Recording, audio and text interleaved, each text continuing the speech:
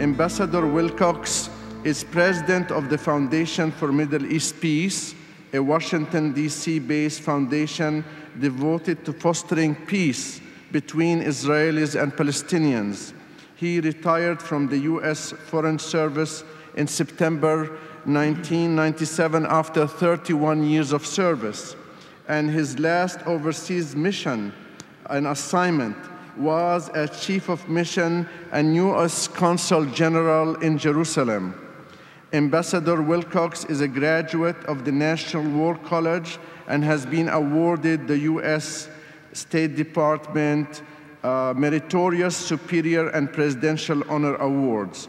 He is a board member of the Middle East Institute and Americans for Near East Refugee Aid. You can read his entire bio in your program. Without further ado, please help me welcome Ambassador Wilcox.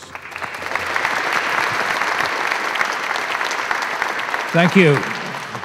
Thank you, Dr. Sarsour, and to your colleagues at HCEF, and to all of you for coming. Your organization, as I've watched it prosper over the years, is part of an increasingly vocal, but not yet entirely successful majority of Americans, Christians, Muslims, and Jews, who want to see a change in American policy and who recognize that our country, as well as the Palestinians and the Israelis, are facing a grave crisis in the Middle East and in Israel and Palestine. So I commend you for your involvement. It's critical because the way forward in this country is through the political process. Today, we hear more about the economic crisis, the forthcoming American elections, and somewhat less about the problem in Israel and Palestine, which is really a crisis. There are now some 500,000 Israeli settlers in Palestine. The Palestinian community is deeply divided, as is the Israeli community.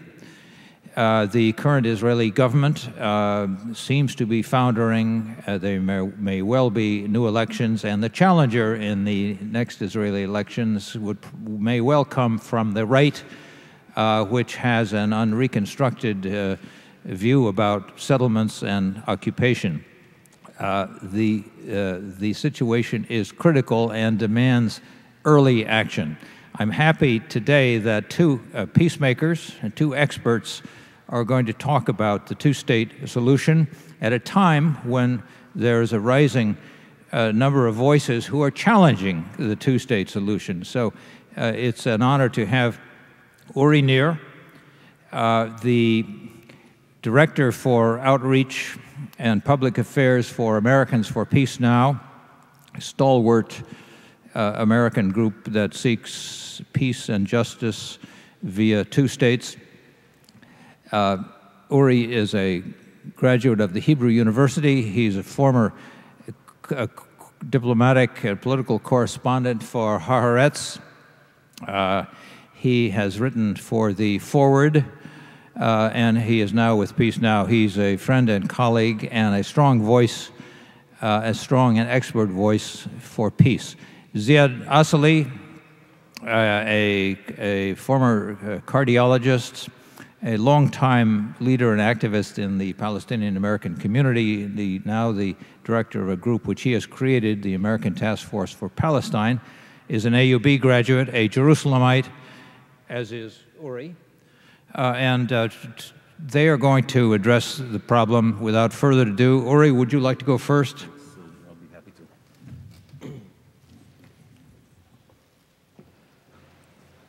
Okay. I'm very happy to be here. Thank you very much for inviting me. It's a particular pleasure for me to, as a representative of a Jewish Zionist organization, to address this very important gathering. I'm speaking fast, and I'm going to go quite quickly through my presentation because I don't have much time, and I wanted to try to cram a lot to it. Before I do, however, I just wanted to say what an honor it is for me to share the podium with Ambassador Wilcox and with Ziad Asali, my friend. Our two organizations, Americans for Peace Now and the American Task Force on Palestine, have a lot in common. We cooperate, and we actually have a couple of programs that we do together. And it's a particular pleasure for me to, every time we do it, to actually manifest and to show that an American Jewish organization and an American Arab organization can cooperate on issues of mutual interest. There's an expression, a great expression in Arabic, which the Arabic speakers among you can explain to those who don't speak Arabic, which is amma ba'do. And I'm going to make a quick amma ba'do now and go to my presentation. It's going to be a presentation on steroids because I really crammed quite a bit to it and I don't have much time. And what I'm trying to do here is to show you first some of the challenges to the two-state solution, particularly in terms of Israeli public opinion, and then maybe talk a little about what promises there are and what the prospects are, and maybe end it, hopefully, on a more optimistic note. There you go. So the encouraging dynamics, real quick to begin with, are the ongoing negotiations that are happening at the moment, both between Israel and the Palestinians and between Israel and Syria. The economic improvement on the West Bank that we do see, albeit slowly. The improved security situation and cooperation between Israel and the Palestinian forces on the West Bank. We just heard today of a large contingent of Palestinian troops which entered into Hebron, the largest city in the West Bank, something around, if I'm not mistaken, 400 to 500 Palestinian troops going into Hebron to continue with a process that started in Jenin and Nablus that you may be familiar with. If not, I'm sure that Ziad could elaborate more and better on it. We have a better Palestinian governance under Mahmoud Abbas and Salam Fayyad. And we have a constant and solid support on both sides, both Israelis and Palestinian, for the two-state solution. We have a Kadima-led coalition that is committed to the peace process. Things change fast in our region. This Kadima-led coalition may be very short-lived, but we still have it there at the moment. And we have both U.S. presidential candidates committed to peace, at least on paper. And the last thing that I think is quite encouraging, which we've seen recently, is the Hamas-Fatah negotiations under Egyptian auspices. Discouraging dynamics, on the other hand, which I may elaborate on a little bit later, time permitting, are the situation on the ground with the settlements, the outposts and the roadblocks, the situation in Gaza, the leadership crisis on the Israeli side, and perhaps, hopefully not on the Palestinian side as well, and the problem of Israeli public opinion, which I will try to elaborate on in the next couple of minutes. What we have in Israel is what I call a temporary victory of the status quo. In other words, despite the negotiations, you have on the ground a festering yet manageable conflict. You have a paralyzed government on the Israeli side, perhaps a paralysis that will linger into next year now if we do have elections in the spring in Israel and next spring, and a public that is indifferent. And the indifferent public, I think, is one of the main problems that we have today to generating change in terms of peace in the region, and that's something that I'd like to talk about a little later. But first, a little bit about settlements and outposts. Under the Olmert government, despite the peace process that has been going on, we have more than 4,000 new housing units built, government tenders issued. In East Jerusalem, we have a speeding up of the construction, and again, tenders issued. We have at least 1,300 new buildings constructed east of the security barrier in the areas where Israel presumably will give back to the or will withdraw from when there's a peace agreement. It makes up for about 40% of the total construction in the West Bank under the Olmert government. In terms of outposts, no illegal outposts were evacuated. At least almost 300 new structures built in outposts. Then you have the problem of roadblocks and checkpoints, which you can see there's a great increase. And then you have remote, okay. And then the issue of Israeli public opinion, which I'd like to talk about a little bit because I think it may be the most important variable and maybe the most important component in trying to achieve peace between Israelis and Palestinians. Support for a two-state solution. Most Israelis do want a political settlement and realize what the price is, but prefer not paying it. They prefer the status quo. Most don't feel the pain of the occupation today. That's maybe one of the main issues that are an impediment, ironically, to a peace process or to a peace settlement. Most don't trust the political process, and there is a growing anti-Palestinian, anti-Arab sentiment in Israel. There is some interesting recent polling data, again, large support for a two-state solution, large opposition to a binational state. There is a majority who think that the government failed in achieving peace, and peace comes first as when people are asked what is the most important goal for Israel in the coming decade. It is only 19%, however, which is not very encouraging. The bad, however, 75% majority, large majority, the same majority that you have who support a two-state solution, don't believe that it's attainable.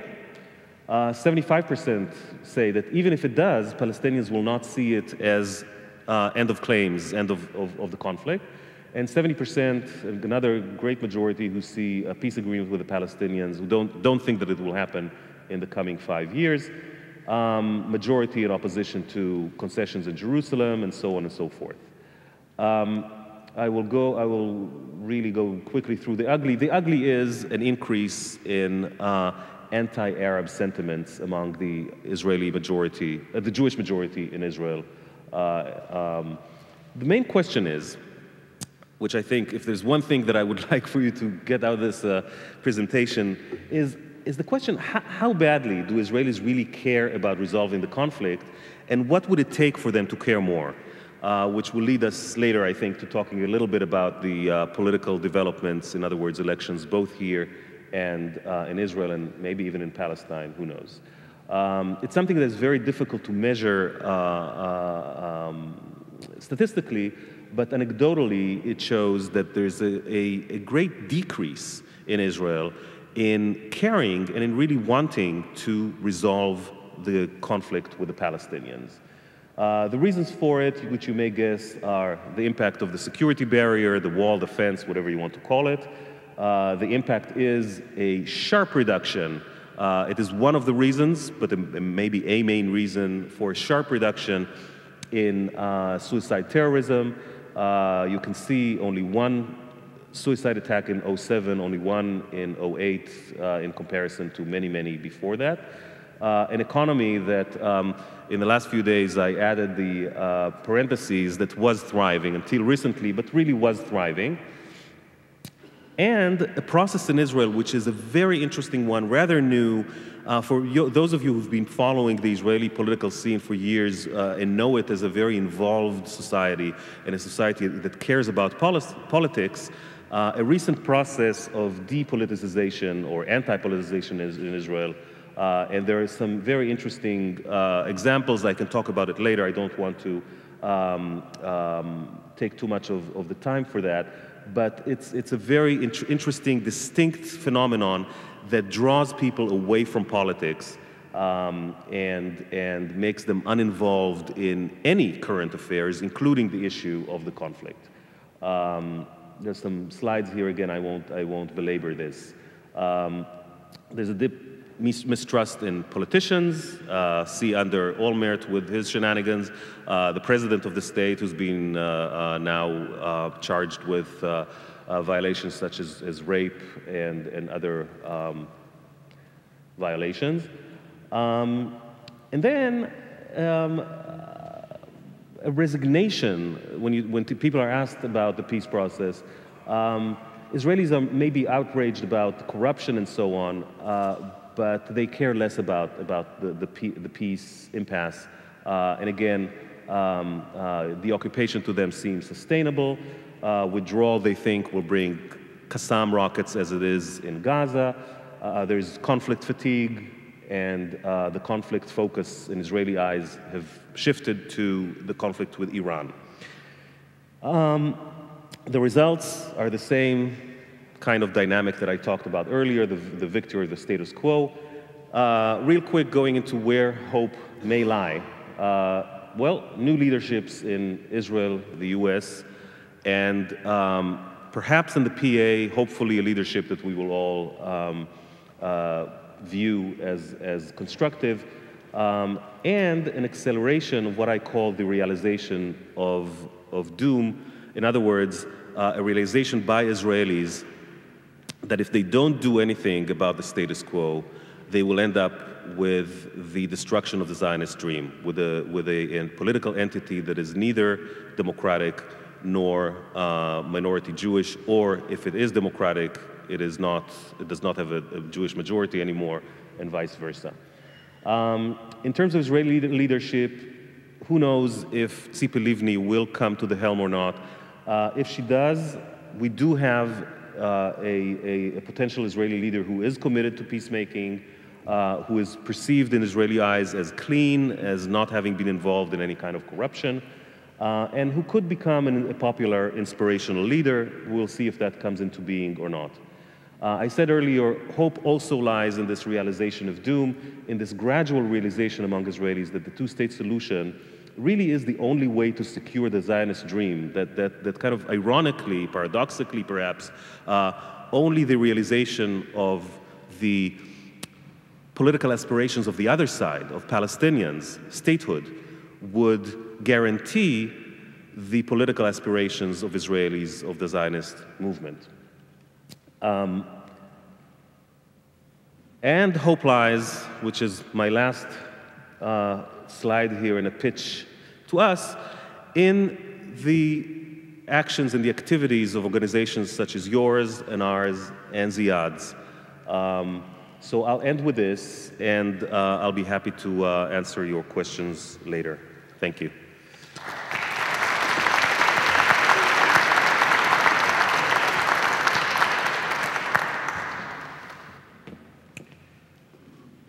Thank you, Ambassador Wilcox. Thank you, Dr. Sarsour and Ratib and my dear friend Ori. You have heard us here today earlier for a passionate historical review of what happened to the Palestinians. I just would like to say that I myself actually am a refugee, born in the wrong side of Jerusalem, immigrated to the other side of Jerusalem, which was lost afterwards. So I do not personally need to be reminded of a story, but it is a context that is often missed in the discussion. Let me start out with a very problematic concept, which is called the status quo. Everybody talks about the status quo. The status quo is actually a disaster of every kind that is visited upon the Palestinians. It's just basically a continuation of occupation with all that it entails. So anybody from any shade of opinion who comes up advocating a position that actually ends up promoting or prolonging the status quo is not doing the Palestinian people any favor. Let us keep that in mind. It is very easy to dwell on disasters and injustices, which means that we will never compromise. And if you cannot deliver, you are promoting the status quo. I do want that point to be remembered. The two-state solution, in my mind, is like democracy. It's the worst possible solution except for all the others. It is not ideal for anyone. But if you look at the other options, you know that none of them is workable with any idea of sustenance, of stability that leads to coexistence in the area. You cannot drive the Palestinians out, and you cannot drive the Jews of Israel out. It's just that simple. They have to find a formula to live on that one very narrow piece of land, and the only way you do it is like you do with your own children when they're fighting. You send them each to his room or her room. The room for the Palestinians is going to have to be a state, a real state, a viable state, an independent state, a state with Jerusalem as its capital in the West Bank and Gaza. None other than that kind of a state will be acceptable to the Palestinians or will lead to peace. And Israel would have to come up with its own reconciliation with the historic compromise that places. But what it will get at the end is the kind of state that Uri wants. It will be a stable state. Now, so everybody gets something, nobody gets whatever their historical dreams were. Now, let me talk about the present and the future. I know history is full of proof, evidence, incontestable evidence that supports your argument. Whatever your argument is, I think we've lived that. We know it. But the question to me, as a physician, is always, what do you do to the patient? This is where we are. We're in the year 2008, and we have a problem. Where do we go from here? Lamenting about the injustices of the past and dreaming up arguments that are convincing and very, very cogent and helpful does not help us in any way if we do not actually have a goal, a target, a plan as to where we go and how do we go about it. I propose a sane, insufficient, but adequate solution is to pursue a two-state solution. And that's what we do. Our organization is single-mindedly in pursuit of a two-state solution. We do not think that there is a military solution to this issue. There will not be a military solution to this issue. There might be a conflagration at the end that will fulfill the biblical prophecies and other metaphysical prophecies of destruction, but that will be a destruction visited on all. That will not be a solution. Short of that cataclysm, we could work out a solution that gives people a quarter or three-quarters of a loaf, whatever you want. Now, you've seen some of the Israeli facts on the grounds that have been established over, 6 decades now. Roads, walls, settlements, and encroachment on the Palestinian, physical encroachment on the Palestinian life. And it's past time for the Palestinians to establish their own facts on the grounds. Oslo promised a state. The state has not materialized. The roadmap promised a state. The state has not materialized. The Palestinians cannot sit and idly wait upon something fantastic to happen to them to relieve them. They have to do things. And these things are, I am happy to report, are being done by what I consider to be a competent leadership in Palestine now. More than an able partner, perhaps the only partner now in the Middle East that can, in fact, deliver something that can stick. But in anticipation of a political settlement, which will take time, there are no quick fixes. In anticipation of a settlement, there are things that are happening. And these things have to happen on Palestinian territory, and they basically include 3 things. Improving the security for the Palestinian people and for the Israelis, but it is a Palestinian imperative. You cannot walk down the street afraid that somebody will mug you or somebody will steal your car if you leave it at night and all that kind of stuff. That is being done very effectively for the first time this past year and a half. And it has many sequelae. And for that, you need to have the cooperation of the United States and the cooperation of Israel. And that is gradually being fulfilled. Second, economic improvement, building the right institutions to rebuild the economy. It is impossibly hard to build an economy under occupation.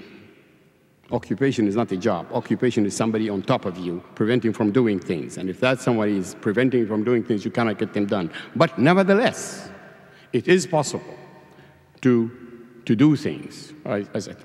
I attended a conference in Bethlehem for Palestinian Investment Conference in May of this year. An incredible event, frankly, an incredible event, which did take place. People came from all over the world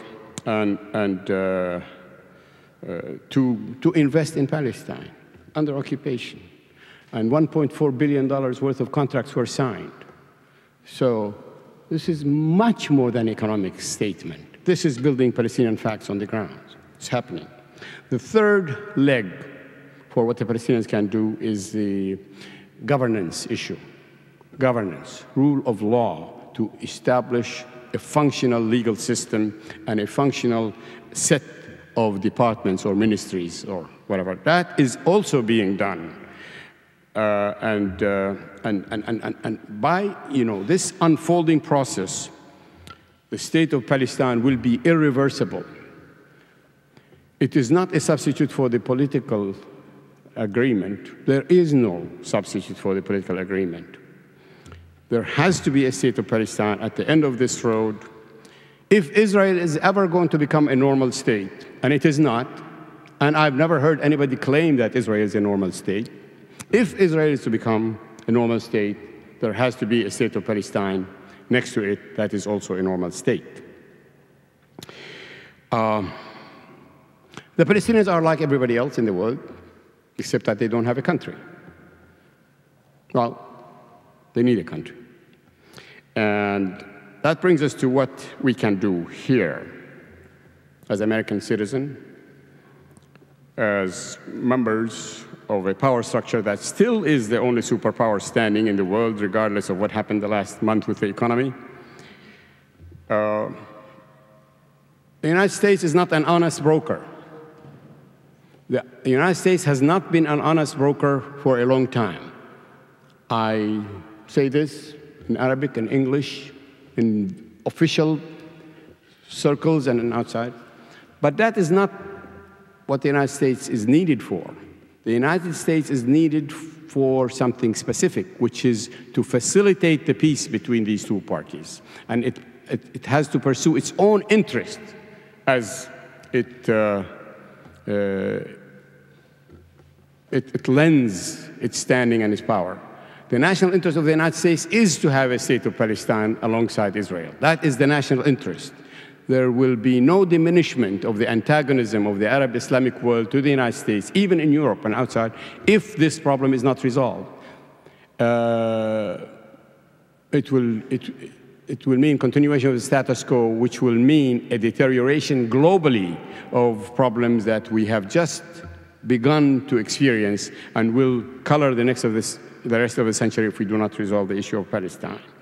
So the United States has an enlightened self-interest to pursue this.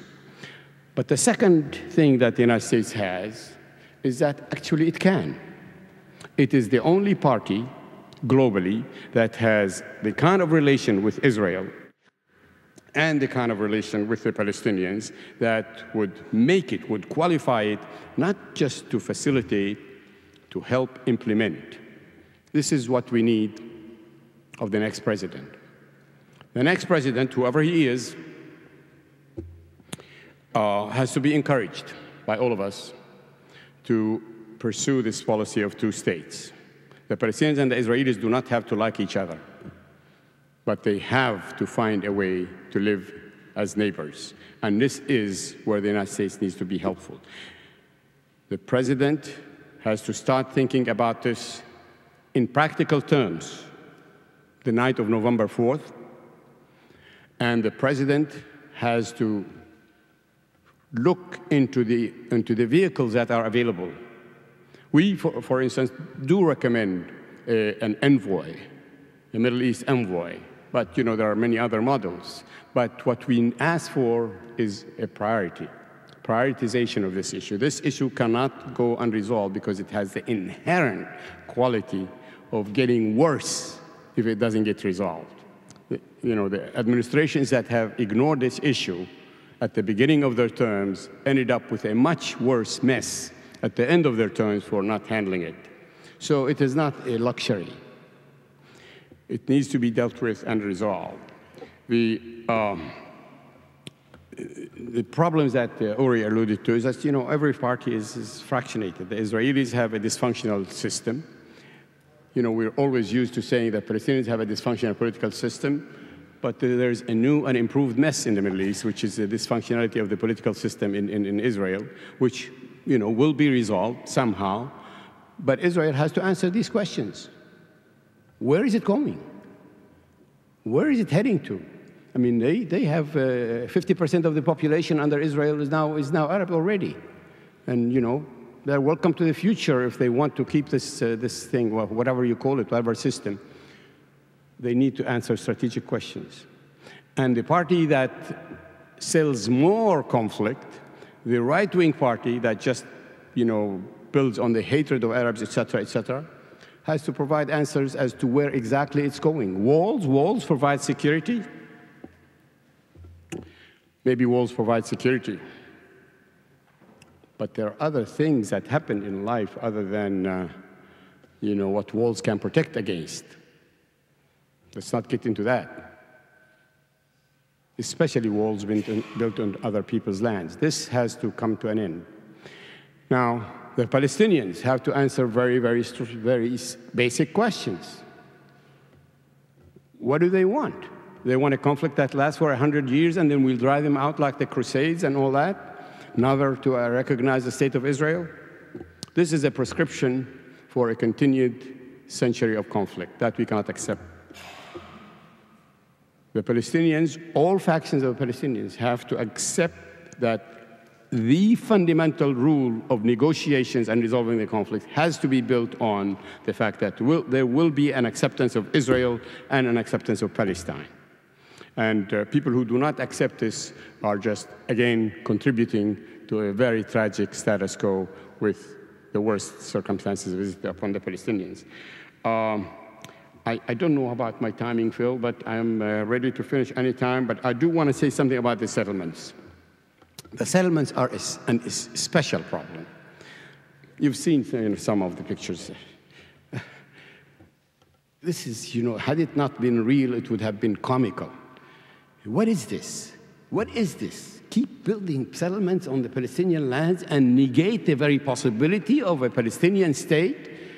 What? There is no possibility of ending this conflict if we don't have, and encroaching upon the Palestinians at this rate, despite promises, even after Annapolis, is a system run amok. We do talk to the Israelis. I talk to the Israelis. I talk to the Israelis all the time. I talk to the Israeli generals, which is a hobby of mine even. I want to see, you know, this security thing. And, you know, all of them, when you talk to them individually, understand that this is, you know, problematic. It's just a system that allows it to go on almost on an automatic pilot. This has to be faced with more courage. And I applaud the work of Peace Now in Israel and here for its very strong position on settlements. These have to end. The last issue I want to bring is Jerusalem. Jerusalem is bigger than the Palestinians and the Israelis, bigger than everybody. Nobody can have an exclusive claim on Jerusalem and expect either an end of conflict or that the others would just look by and say, you know, we'll get used to it. There's no getting used to it. Jerusalem has to be open to all, and the political solution has to be open to it. One positive thing that may help us focus attention as we look for a solution is what is called the Arab Initiative. I cannot not comment about it. This is something that the 22 Arab governments have agreed to. All Arab governments, including Syria and Libya and Iraq even at the time, and all these countries agreed to a historic compromise on a 1967 border where Israel withdraws, and then all Arab governments would normalize relations with Israel and accept it as a final state in the Middle East. This is a very very serious document. It has been advocated rather poorly by its own advocates, and it has been kind of dismissed by the Israelis. It's still alive, and it was interesting to me that this last week that Peres, the president of Israel, and Barak, the defense minister of Israel, were making reference to this point. There needs to be a collective solution for the problems of the Middle East, and that includes all the problems of the Middle East. And at the core of that would have to be resolving the issue of creating a state of Palestine. Thank you very much.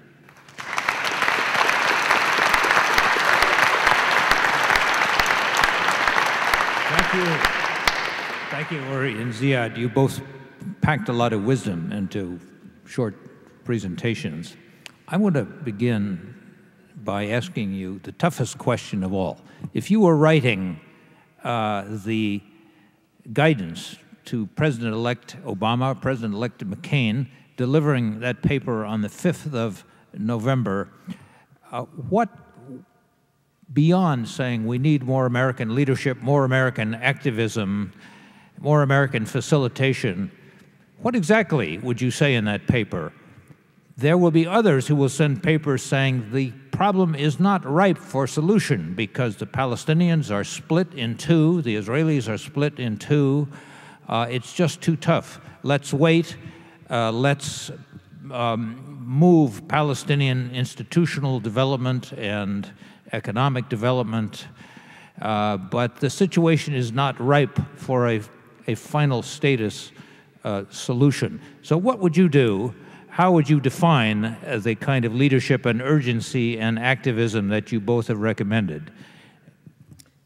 I think the most important, Ziad touched upon most of the issues that I have been thinking about in this context in his presentation. So I'll try to be really concise and maybe in a kind of a bullet point fashion go one by one. The most important thing, I think, is for the coming administration to frame the issue as a U.S. national security interest. It is not something that the United States does benevolently for Israelis or for Palestinians or for anyone else. It is something that the United States is interested in as a national security interest. It is something that the Baker-Hamilton Iraq Study Group very well formulated, I think. It's been formulated in other ways.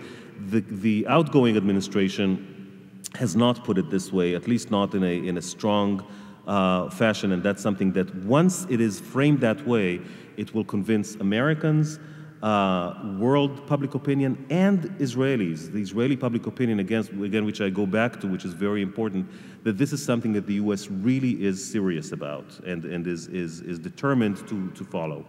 Other issues, Ziad pointed out the issue of an envoy. I also think it would be a good step. The envoy will have to have the full authority of the U.S. President and Secretary of State. It could be the Secretary of State himself or herself, but not necessarily. The U.S. should immediately lift its opposition and encourage and actually facilitate Israeli-Syria negotiations, which are very important, which are going on now in a kind of a willy-nilly fashion under Turkish auspices in Ankara, indirectly. I think it is very important for the U.S. to freshen up, and again, adopt and lead attempts to push for the Arab League's peace initiative, something that finally Israelis are beginning to wake up to and to realize the importance of.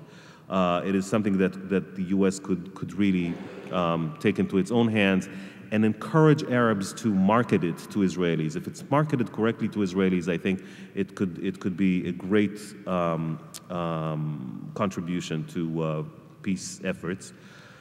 Settlements, how many times can we say settlements?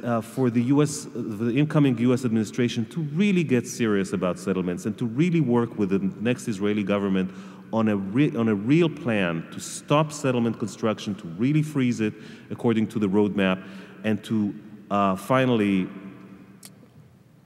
remove the illegal outposts.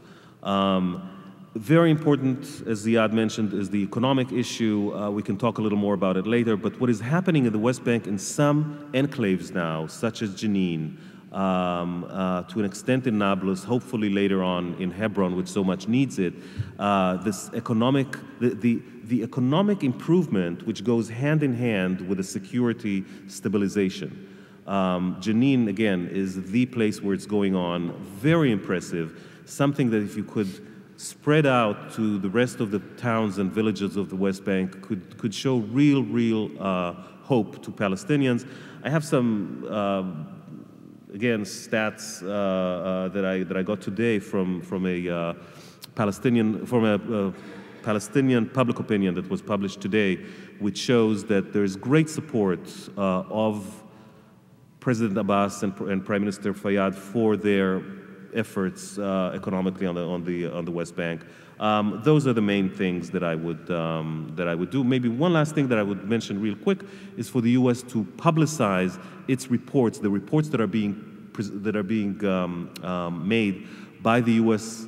generals in the field in the West Bank. They are sending back reports to Washington. To put the issue of the Middle East, just the Middle East as we know it, as a top priority. You cannot isolate a problem in the Middle East and solve it as a standalone. You know, Palestine or Syria or Iraq, et cetera, et cetera. This is, you know, some wishful thinking, but it's not going to happen. So what I would say to the president is that we have a geographic area that is of particular interest to our country. And that area has several ongoing conflicts, including wars, and also the issue of energy. These are intertwined. These are not unrelated. I would say we need, within the priority list that you need to choose, Mr. President, this Middle East group that would recommend policies within the first 3 months of, perhaps before the president takes office. This group would be assigned to study the Middle East and to prioritize what we need to do. And to this group, I would say this: every single problem in the Middle East cannot be resolved if we solve the Palestine-Israel issue. But every single one of them would be easier to handle if we solve the Middle East, the Palestine-Israel issue. So this is why it is significant. Now, I know an agreement with Syria is easier, and, you know, perhaps, you know, make a deal with Assad and this and that. But who cares, you know? This Palestine is something that kind of is evocative to so many people globally, and it needs to be so. By now, it's too late to downplay it. So it needs to be at the core of this policy group. And it could be beyond an envoy. I suggested an envoy in my conversation.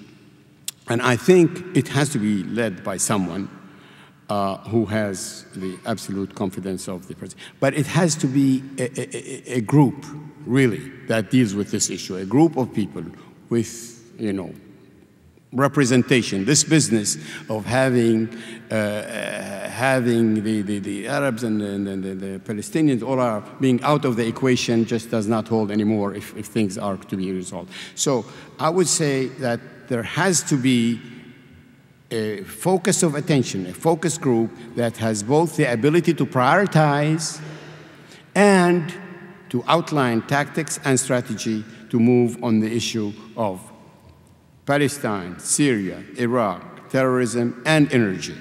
It's a whole basket of things, but I can't see how the president can avoid doing that. Thank you both. We have a few minutes for questions. Would you please keep your questions brief? Yes, sir. Yes, ma'am. Back there toward the rear. I have a question that is grounded, I believe, in the realities of the ground and grounded in what the speaker, Ann Balzer, was telling us about.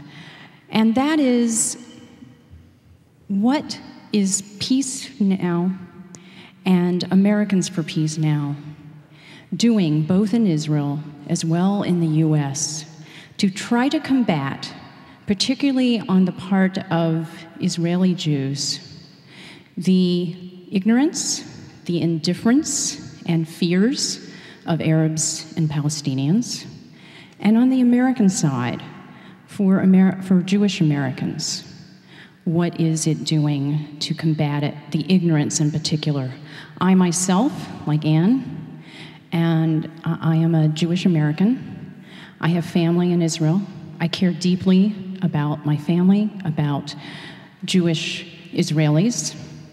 And one of the things that Anne did not bring up is the fact that it is, just as it is illegal for Palestinians to go inside of Israel, it is also illegal for Israeli Jews to travel to the West Bank, to most of the West Bank, other than the settlements. Of course, this would mean that they have very little dealings with Palestinians, with Arabs, except for those who live inside Israel, and they see very few of them as well because they are so segregated. Okay, thank you very much. I think it's a great question. What are your two organizations doing to educate the American people and move the American government to take action? This really is a question that I can go on for a long time, and I just don't have the time. So I would really encourage you to go to our websites and explore. There's a lot there. Ours is peacenow.org. Peace Now in Israel is peacenow.org.il, which is the Israel suffix. Peace Now in Israel is organizing dialogue groups for youngsters, for young professionals and students. It's organizing tours to the West Bank, to the non-Jewish parts of the West Bank, and to the settlements to see what it's like there. There are seminars that they're organizing and things of that sort. Again, I can't give you the whole gamut because there's so much. We here in the United States engage in less of that just because we don't have the resources, we don't have the manpower, but we do quite a bit of outreach to the Jewish community, from ads in the paper to op-eds and things like that, and presentations and lectures such as these to Jews. I wanted to start my presentation by saying that I'm more used to standing in synagogues than in churches, which really is the case. I do a lot of that, and other people at APN do a lot of that, in order to drive through exactly the kind of messages that you mentioned in your question. So thank you for the question. Ziad? Every single thing we can, we do to promote the creation of the State of Palestine as a national interest, an issue of national interest to the United States. And by just the thrust of that one single statement, we cannot sit back and think of ourselves as second-class citizens, hyphenated Americans, who are not in a position to define the national interest. Why not? We can define the national interest just like anybody else. And the national interest of the United States is to create the State of Palestine alongside Israel. And we are willing to go to the market of ideas, like this one and everywhere else, to advocate for that position. People who oppose that, needless to say, have to defend why they would be opposed to creating a State of Palestine alongside Israel. And I want to add something here that I think is important to you brought up the Jewish question. We are not against Jewish people in any way, shape, or form. We're opposed to anybody who is against the Jewish people, or black people, or Arab people, or any kind of people. That is called racism. We are opposed to the occupation, and there has to be a difference. You do not accept, should not accept the fact that, opposition to the occupation means that you're anti-Semite. And we do not want to be in the company of anti-Semites who deprive us of the benefit of forming a coalition inside Israel and in the United States of Jewish people who are opposed to the occupation also. Thanks, Ziad. What is your website? AmericanTaskForce.org. Please also look at the website of the Foundation for Middle East Peace, fmep.org. If any of you would like to receive our bi-monthly report on Israeli settlement, send me an email and be delighted to send it to you. Next question. Yes, ma'am. Going back to the speaker before you, Anna, when she talked about the difference between being Israeli, a Jew, and a Zionist, and discussion here of two states, I still find it hard to understand how we can think we're resolving the ultimate problem, and I agree with all the speakers that it's at the core of a whole lot of issues, both national security for the United States and others in the Middle East, if we don't address the fact whether you have 1 state, 2 states, or 10 states in what is now Israeli-occupied territories. At what you all are proposing with 2 states, you will still have a state that has fundamentally at its core, through Zionism, racism, that says that only part of its citizens have full rights and others don't. And until you have a secular state that recognizes the rights of all people living in however you define the boundaries and however you define the states, I don't think you can ever have justice, and if without justice you cannot have peace and security. I'd like to respond quickly and then ask Uri for views. The basic principles of the foundation of the State of Israel supports equality, equal rights for all people. Now, that is a struggle within Israel. It has not been fulfilled, to be sure, but I don't believe that discrimination and racism is inscribed in the basic foundation of the State of Israel. That is a struggle which is going on internally. It will be a struggle that can never be resolved until the national Palestinian territorial issue is resolved. Uri, to comment? Ziad said earlier that the 2-state solution is like democracy, which is the best of the worst solutions. Maybe that's true. Looking at all the other scenarios, I don't even call them solution because I think that a binational scenario for the State of Israel and Palestine, for the historic Palestine, is really a recipe for ongoing conflict and strife and bloodshed for years to come. I don't think it will resolve any kind of the tensions, let's call them, or friction that we have today between Arabs and Jews in Palestine. I have to tell you, I mean, I care a lot about history. I'm a student of history, I care about history. I don't want to look at history as much as I want to look at the future. And I'm a pragmatist, and I'm looking for something that will work. And I think that something that will work, with a lot of glitches, with a lot of squeaks and problems, the only thing that could work is the 2-state solution. It's the only thing that will divide between the two national movements. And it will the only thing, or the main thing, that will contribute to future good relations between Jews and Arabs in Israel proper. I said earlier that I'm very careful to look at arguments and positions and actions that end up with prolonging the status quo. We have 2 issues intertwined, and you mentioned them correctly. We have the issue of the laws and the practice inside Israel proper, and the issue of the Palestinian-Israel relation vis-a-vis a question of a state. The resolution of these 2 issues does not have to come at the same time. We are about to witness an American black person being nominated and having a chance of being elected as the President of the United States. The Constitution was written, a couple of centuries ago with clear absence of discrimination against black people.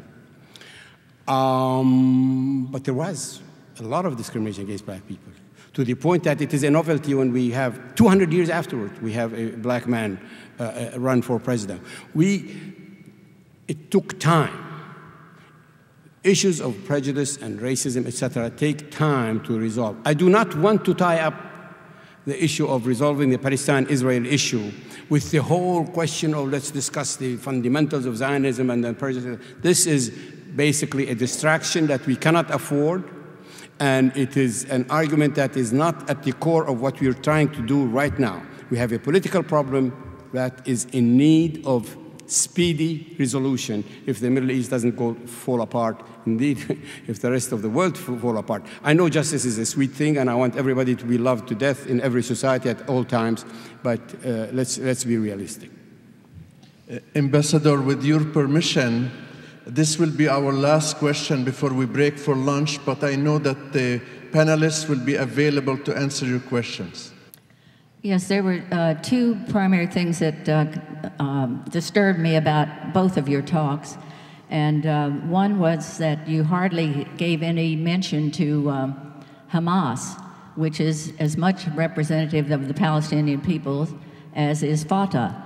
And I know it was said that they were trying to get together, but that was done some time ago, and the U.S. and Israel wrenched them apart again.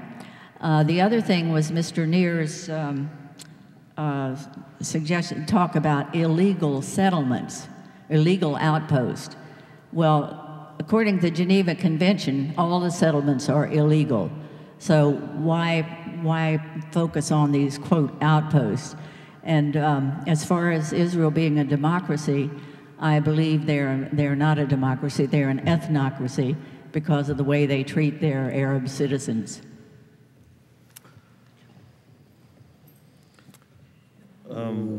Either one I think of you like the question was mainly directed at me, so I'll go one by one.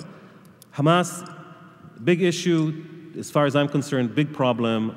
Are they as much a representative of the Palestinian people? Maybe yes, maybe no. In terms of their conduct so far, I would like to think that they do not represent the majority of the Palestinian people, the nature of the Palestinian people, and where the Palestinian people really want to go to.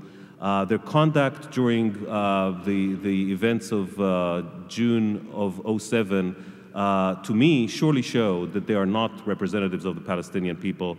But that is not for me to tell. I'm not a Palestinian, and I think that at the end of the day,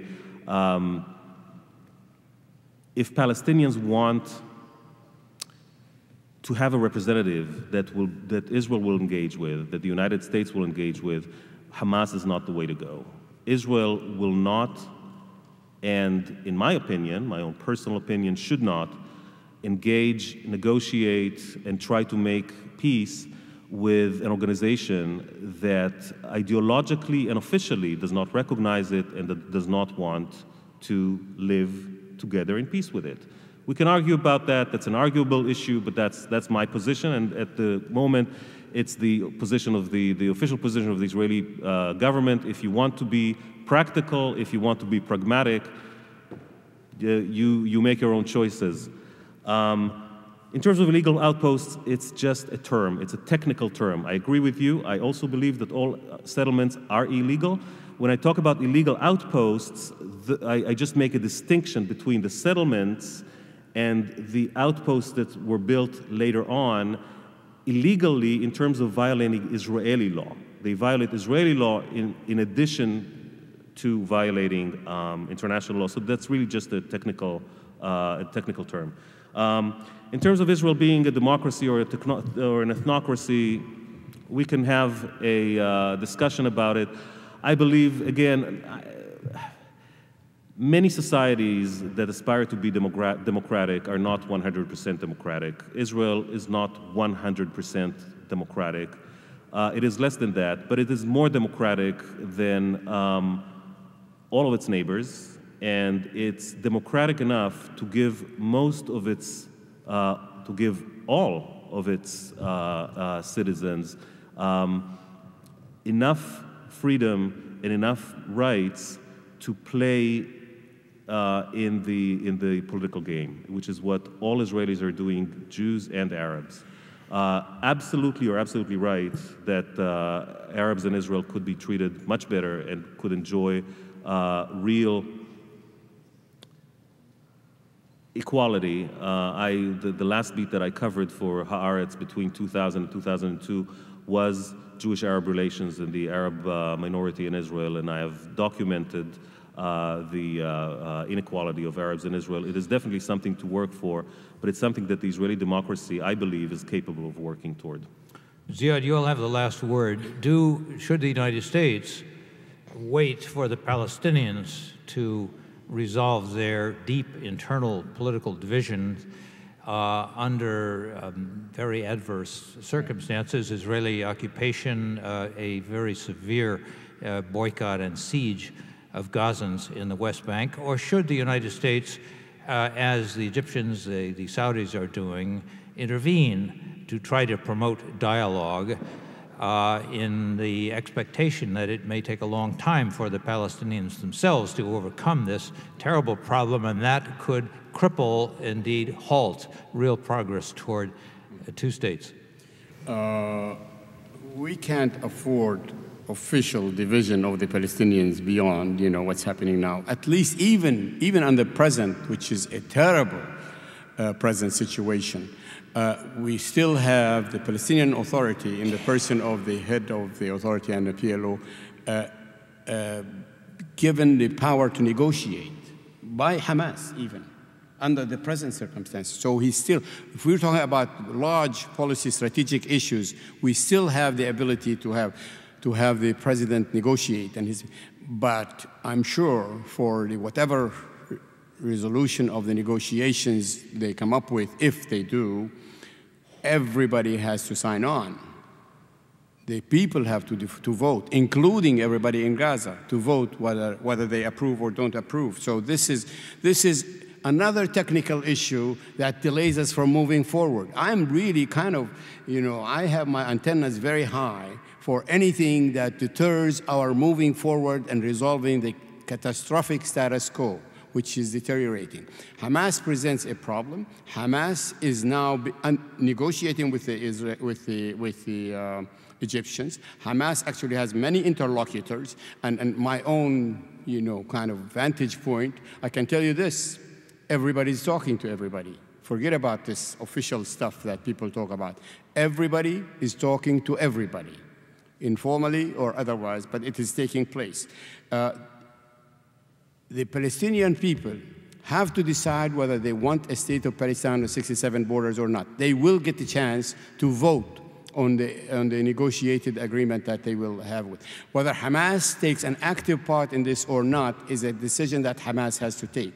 What Hamas cannot do, in fact, and this should be mentioned, if Hamas disagrees with the policy, with the politics, with the vision of the authority, it can and should disagree and be very vocal and very strong about it and advocate for its position. But it cannot take arms against the state to enforce its will. When one of the parties lose in the next elections on November 4th, it would be laughable to think that they would get their arm, the generals on the Potomac here, and say, we don't want the elections and we want to have our own system.